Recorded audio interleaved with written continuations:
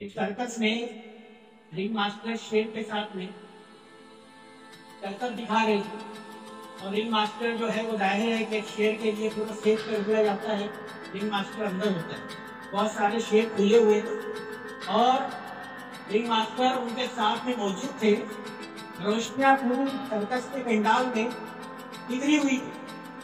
जब ये शो शुरू था और रिंग मास्टर के इशारे पर सारे शेर जो है वो अपनी तरकाबाजी कर रहे थे, उसके इशारे पर जैसा वो कहता था वैसे कर रहे थे कि अचानक पंडाल की रोशनी से और खूब अंधेरा हो गया।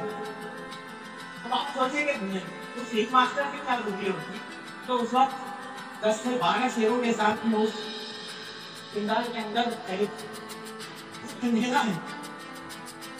सोच रहा है कि इनको कैसे कंट्रोल करूं, या आगे ज्यादा भड़क जाए या ये वैसी हो जाए, तो इनको कंट्रोल कैसे करूंगा या मेरा ये क्या हल करेंगे। तो उसी वक्त एक शख्स ने जेब से माचिस निकाली और एक दिया जलाई रोशन की, एक दिया जलाई, एक माचिस जलाई। और थोड़ी देर बाद जब उसको लोगों ने देखा तो बहुत सारी टॉर्च या दिया जलाई जलने लगी और पूरा पंडाल जो है वो रोशन हो गया। और इस तरीके से थोड़ी देर बाद पावर भी आ गई।